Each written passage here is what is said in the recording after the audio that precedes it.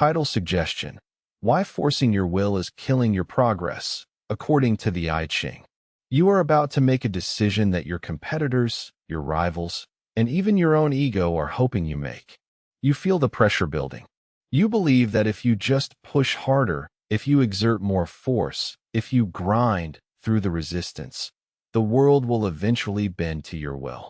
3,000 years ago, a prisoner sitting in a damp cell in the heart of ancient China saw this exact moment coming.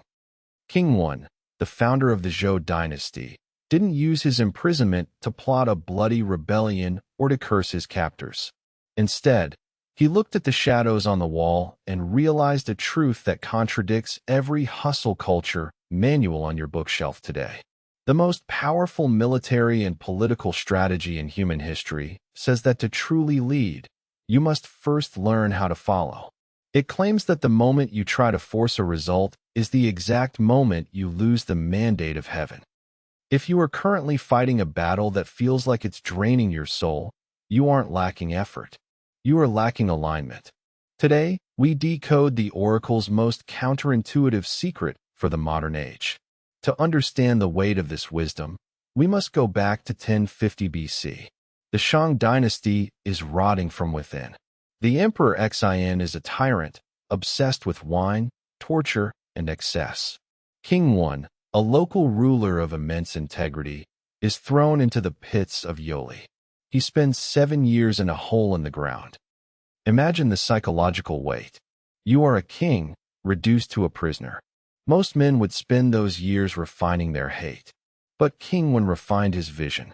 He took the ancient 8 trigrams of the I Ching and stacked them to create the 64 hexagrams, the DNA of change itself. He realized that the Shang dynasty wasn't just evil. It had become static. It was trying to force the world to remain the same while the river of time was moving on. King Wen's son eventually overthrew the Shang, but he did it by following the mandate of heaven, a concept we now call product-market fit, or historical momentum. Look at the world around you today. We see the same patterns. We see companies like Nokia or Blockbuster who tried to force their existing models onto a changing world. They exerted massive force to stay the same, and they were crushed by the weight of their own resistance. Then we see the followers, the ones who saw where the current was going and stepped into the stream. This isn't about being passive. It's about sway. Hexagram 17. The art of following. It is the strategy used by the greatest emperors, the most resilient CEOs, and the most effective leaders to achieve supreme success without the blame of burnout or failure. Did you know that the I Ching is the only book in history that served as a mandatory textbook for every single government official in China for over 2,000 years? If you wanted to run a province, you had to master the logic of change. Why? Because the Chinese state realized that the greatest threat to an empire isn't an external enemy. It's a leader who refuses to adapt to the seasons. Are you currently in a winter phase of your career, trying to force a summer harvest? Let us look at what the Oracle actually says. The 17th hexagram of the I Ching is composed of the lake over the thunder. Think about that image. Thunder is energy, movement, and power. The lake is receptivity, joy, and stillness. When power, thunder, places itself underneath the spirit of receptivity, the lake, you have the perfect condition for progress. The first core teaching from the source text is this: following has supreme success. Perseverance furthers. No blame. Let's decode this. In the original Chinese, following doesn't mean being a follower in the modern, derogatory sense. It means adapting to the demands of the time. The Oracle is telling you that if you align your actions with the prevailing trend of the universe, or the market, or your relationship, success is not just possible, it is inevitable. But notice the last 2 words, no blame. This is critical. In ancient Chinese strategy, no blame means you have removed the friction between your ego and reality. When you fail because you were forcing it, there is blame. The blame of wasted resources, hurt feelings, and lost time. When you follow the right path and it succeeds, there is no residue of regret. Take the modern example of Netflix in 2011. They were the kings of DVD by mail. It was a multi-billion-dollar business. But Reed Hastings saw the thunder of high-speed internet moving under the lake of consumer demand. He didn't try to force the world to keep using DVDs. He famously split the company and pivoted towards streaming, even when his stock price cratered by 80%. He was following the inevitable shift in technology. The actionable principle: success is a result of positioning, not just exertion. If the wind is blowing north, stop trying to row south to prove your strength. The second core teaching: the sun goes down to rest. Thus, the superior man at nightfall goes indoors for rest and recuperation. This sounds like simple advice, but in the context of Hexagram 17, it is a profound strategic directive. Following doesn't just mean following a trend. It means following the natural cycles of energy. We live in a culture that treats rest as a weakness or a luxury. The I Ching treats it as a tactical requirement. If you follow the movement of the day into the night, you are in harmony. If you try to work through the night with caffeine and sheer willpower, you are forcing the day to continue when the universe has declared it is over. You are fighting the rotation of the earth itself. How do you think that battle ends for you? Look at the highest performing humans on the planet, elite athletes. They don't view sleep as time off. They view it as active recovery. LeBron James famously spends over $1 million a year on his body, much of which is dedicated to following the cycle of rest. He knows that his thunder is only effective if his lake is deep and still. The actionable principle: you cannot outwork a lack of recovery. True power is knowing when to withdraw so that your next strike has the weight of a rested soul behind it. Stop and ask yourself, in the last 3 months, how many times have you said, "I just need to get through this week"? If you say that every week, you aren't getting through anything. You are drowning in a current you refuse to acknowledge. You are the man trying to hold back the tide with a plastic bucket. The I Ching is trying to take the bucket out of your hand. The third core teaching: one clings to the little boy, lets the strong man go. This is a specific line from the 17th hexagram that deals with our attachments.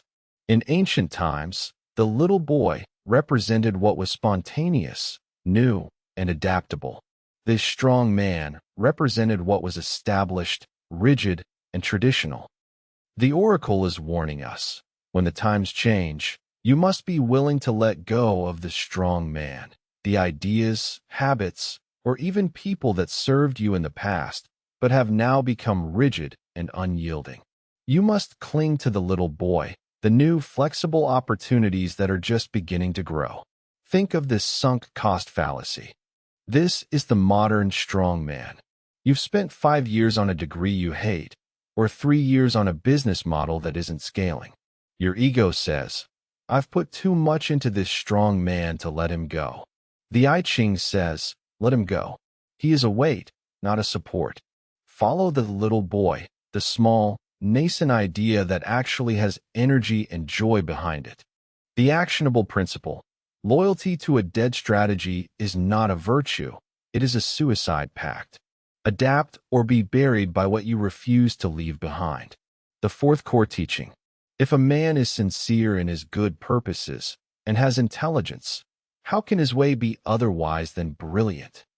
Following requires a specific kind of internal state. You cannot follow the mandate of heaven if your heart is full of deceit or if your intelligence is clouded by arrogance. To follow correctly, you must be a sincere observer of reality. Most people don't see the world as it is. They see it as they want it to be. They use their intelligence to justify their desires rather than to map the terrain. The I Ching tells us that brilliance isn't a high IQ. Brilliance is the clarity that comes when your internal good purpose meets an intelligent assessment of the external current. Consider Microsoft under Satya Nadella. Before he took over, Microsoft was obsessed with winning the OS war and forcing Windows onto everything. They were arrogant and insincere about the rise of mobile and cloud. Nadella changed the culture to learn it all instead of know it all. He intelligently followed the industry's move to the cloud and Linux. By following the needs of the developers rather than forcing the dominance of Windows, he made Microsoft's way brilliant once again. The actionable principle: intelligence without sincerity is just cleverness. True strategy requires the honesty to admit when your current path is a dead end. We have walked through the philosophy. We have looked at the history of kings and the pivots of tech giants. But how do you, sitting where you are right now, apply the 17th hexagram to your life this week? Wisdom that isn't actionable is just entertainment. I want you to do 3 specific things over the next 7 days. First, conduct a low-friction audit. Look at your 3 biggest projects, whether they are professional, physical, or personal. For each one, ask, am I pushing a boulder uphill, or am I catching a wave? If you are pushing the boulder, identify exactly where the friction is. Is it a person who doesn't want to collaborate? Is it a market that doesn't want your product? Is it a habit your body is rejecting? For this week, stop pushing. Just stop. Observe what happens when you remove the force. Does the boulder roll back and crush you? Or does it stay still, allowing you to walk around it and find a better path? You will find that 80% of your stress comes from trying to move things that aren't ready to be moved. Find the wave instead. Second, implement the sundown protocol. The I Ching says the superior man goes indoors at nightfall. This week, pick a hard cutoff time for your output. For most of you, this should be 7 p.m. At that moment, you go indoors, mentally and digitally. No emails.